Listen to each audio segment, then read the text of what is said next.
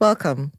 This is the Joela Woman Podcast, and I'm so happy to be here. Finally, I know it's been such a long time, but we're here now, and I'm happy. I'm here with my guests. The last time I was the guest, and now I'm the anchor. So I have with me Joela Women who have been customers over the years, and we've become friends. And so, first of all, I thank you all for coming, and then we would again introduce ourselves one by one. And we all know that the Joela brand is that brand that you, like my friend Bumi here would say, it's a global brand. It's that brand that you pick off the shelf and you walk into any place, anywhere, and they ask, where is this from? And because it has that distinct Nigerian aesthetic, the reason why it's global is because it has international standards with the local flair. And that's what we like about it. So welcome to the Joela Woman Podcast once again. Thank you for having us. Thank you for coming. We'll start with Bumi, who's right across me. Bumi George is into ministry. She runs Emisara, Melange, and MASH, but she would speak about herself as well. Bumi, please introduce yourself. Hi, everyone. My name is Bumi George, and I like to describe myself as an apostle in the marketplace because I'm an entrepreneur, but I'm also in full-time ministry. I run alongside with my husband. I run Melange, MASH, and Emisara. They are purely Nigerian indigenous manufacturing and retailing fashion brands. And we've done these businesses for maybe I think an average about 12, 15 years. Together. And like I said, I'm also a full-time minister of the gospel. I run a ministry called Seeker's Heart, and we have multiple expressions, one of them being the Worship Lounge initiative. And I'm also a mentor to many worship leaders that I believe have excelled over the years in their ministry. And yeah. So between ministry and fashionpreneurship, is that what it's called? Fashion. You can say that. Yes. That's my life. And I have two beautiful daughters. And that's life. That's Thank me. you. Thank you, Bumi. Thank you. Next, we have Tara. Tara Ishida. She's a legal practitioner. She's been practicing for 30 years. And she loves to write. She bakes.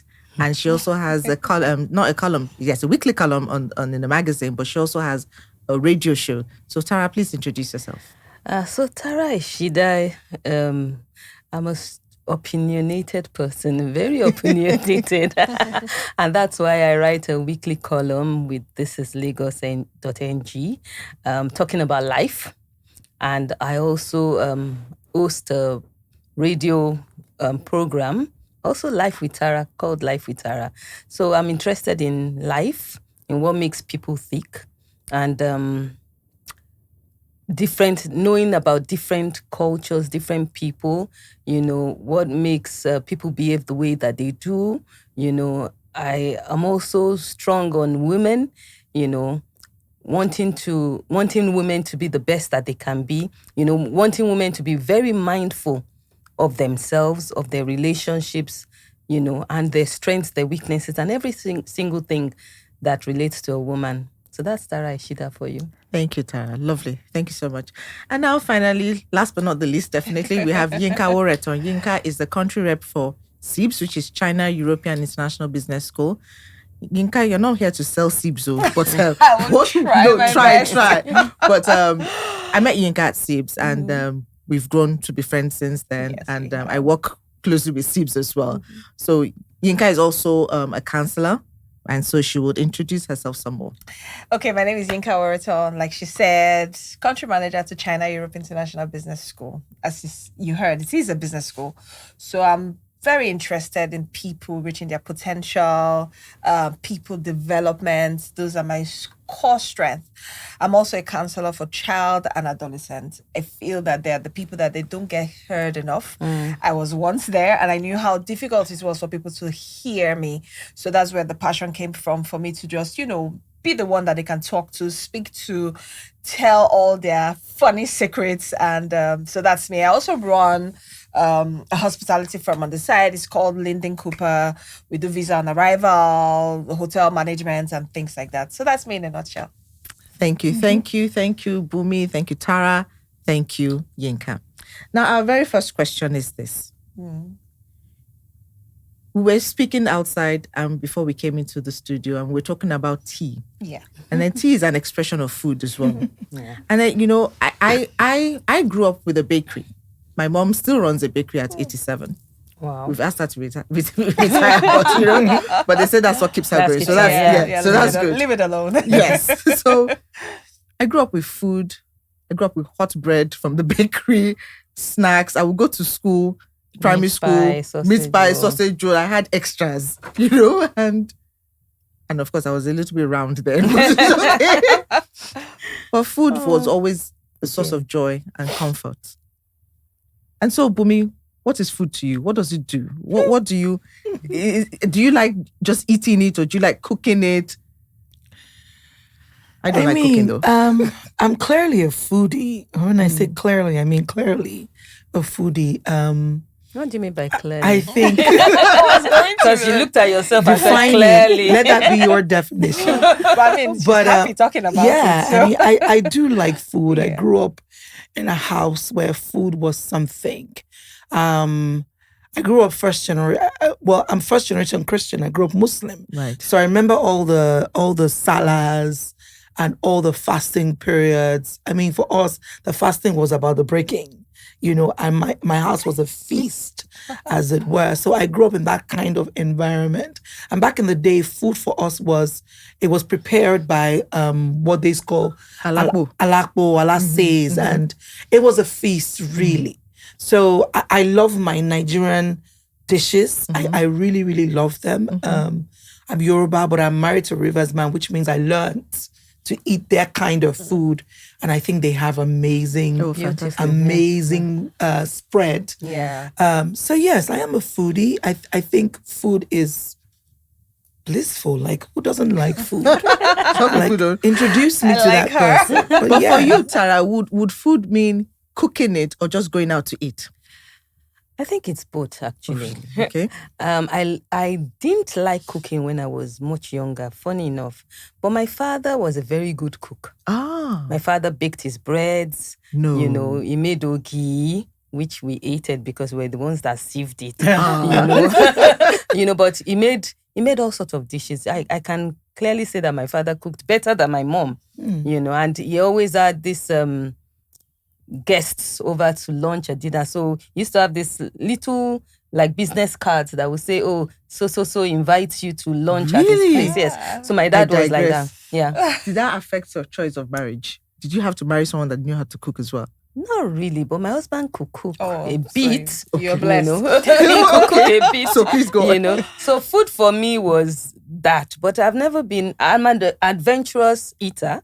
So I eat food from other cuisines. I cook well. I cook afang, edikaikong, oha soup. And you're Yoruba. I'm Yoruba. So I'm not scared to taste food. But nowadays, maybe because children have gone off the nest, I'm alone. Food really, anything I see. It's a bother. But I then also like baking. I like to try out recipes. So recently I started making my own yogurt. So I make my yogurt myself. I've done kombucha. I brew kombucha, things like that. So I like experimenting with food. I think that's it. And then, earlier when we were speaking, she was saying how rain makes her feel like baking. Yeah. I know Yinka alluded to the fact that, that's me too. Yeah. So Yinka, for you, is it eating out? Is it cooking in? Is that therapeutic? Is it eating out, And then are you that person that you would go out? I have a friend like that. She would go out and she would eat something, taste it. I'm like, yo, man, what's going to try this at home? I'm like, no, I'm not going to try it at home. I'll come back and eat it. I'm going to try it at home. So who are you when it comes to food? So when it comes to food, I think food for me is about craving. Okay. So I can sit for 2 hours trying to think about what I want to eat. So I have to be craving it to want to eat it. So it's a mix of both. I cook sometimes and then I order in sometimes, whatever the case is. But I think one thing I would say regarding what I eat a salad every day. Oh, wow. Every day. I don't know a day that has gone by that I haven't had a salad. Wow. Well, salad's actually quite easy to do. It's so, and It's so I'm always spicy. trying different things in my salad. I'll chop mangoes today, add cranberries tomorrow. So I'm always trying out different things with my salad. And trust me, they always work Salad as a side or as a main meal? as a main meal. Oh, no, that can't So work, even if you though. speak to Don't my you get friends, hungry? they'll be like, No, avocado it salad. depends. So when we're ordering, they're like, it depends on how large salmon the avocado salad, is. right? Ah. I'm like, yeah. It So depends on how everyone, large the everyone salad sort is, of yeah. knows that that's what I would want to. So for me is what I crave. If I can't get what I crave, it's very difficult for me to just eat anything. Wow. It has to be close to that or exactly that. It's a problem. That's what food It is is a to me. problem. It's a problem. It is a problem. You know, It it is is. a problem. But you know, for me, I would say Yeah. I like to cook when I'm in the mood to cook. For me, cooking is a chore, On that. and it is a chore, It is. and I don't really enjoy it I that do much. not like- yeah. But then when I'm in the mood, believe me, I can do from starter to dessert. Wow. And that is rare though. But Right. when I'm in the mood, I do all of that. Right. So I do know how to cook. I just don't enjoy cooking. Yeah. I'd rather have someone cook for me. I like the easy I life. think they say the older the woman gets, yeah. the less she loves cooking. I see. For most women, you know, That because makes you've sense. done it all Yeah. through, you know, you've Yeah. thought about what is everybody going to eat. Like they say, for every woman, what are we going to eat is a question It that. is- Oh boy. It is that so, question. so you've gone through that, and by the Yeah. time you're in your mids, you're just like, look, Mm-hmm. let me just let you go. So you're not really interested in cooking anymore. I think another thing is how we eat now. So what influences what we eat now or how we eat now? is Lifestyle. So we're all changing lifestyles now. We're all thinking, oh, sugar is bad for you. This is bad for you. So I think the healthier meals are easy to make kind of food, It right? depends. It's easy to make pepper soup with fish. It's easy to just chop in some vegetables in it. It's easy Stir to make fry. a salad, stir fry. So I think because we are there now, it's easy to make kind of food is easier now. So like you said, you've made for reroll all through, but now it's just you and easy Just throw lifestyle. some So you things want to together. it's shorter time to make the Easy food. lifestyle is what we're Yeah. looking for now. Oh, Easy yes. lifestyle. Oh, yes. Soft Thank life. thank you, and that rounds up this session on this question on food. Yes. and then we'll be right back. All right.